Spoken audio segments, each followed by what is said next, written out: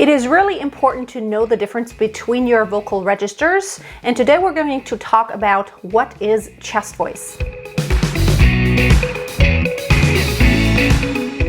Hi and welcome to today's video. In case you don't know me yet, my name is Freya. I'm a professional singer and vocal coach from Germany. I see a surprising number of students, even those who have had lessons before, who are not very clear about the difference between chest voice and head voice. Now, theoretically, they know what it is, but practically actually feeling beyond a shadow of a doubt if you are in chest voice or head voice becomes a little difficult. Also, listening to other singers and identifying what they're actually doing so that you then can actually sing a song like it should be sung becomes a little difficult. So today I want to establish some easy rules that help you understand much better what chest voice is. Basically, if you are an average person with a normal speaking voice, whether it's a lighter, a heavier, a higher or a lower voice, most of the time we will speak in chest voice. Now, there's a little caveat. I actually have met people who, because probably of their native language, have a tendency to speak more in head voice. However, most people, if you use your regular speaking voice that doesn't go too high, just like I'm speaking to you right now, will happen in chest voice. So why don't we just say, I love singing in slow-mo together, and I want you to say it strongly, and at the same time I want you to put your hand on your chest right here as you're speaking this in your normal speaking tone, and feel that you can actually feel vibrations right here. I love singing. I love singing. Now, if you've done it in a regular, strong voice in the middle of your speaking voice, you will feel a vibration here. However, the reason why it's called chest voice is not because it always just makes your chest resonate. And that is what becomes difficult sometimes to identify. The lower the frequency, the more it will vibrate here in your chest area. But even when you use chest voice, the higher it gets, the less you will feel the vibration here. So let's do this. Let's start kind of on a low speaking pitch, and then we're going to take it up and get louder as we go up, as if we were getting more and more excited.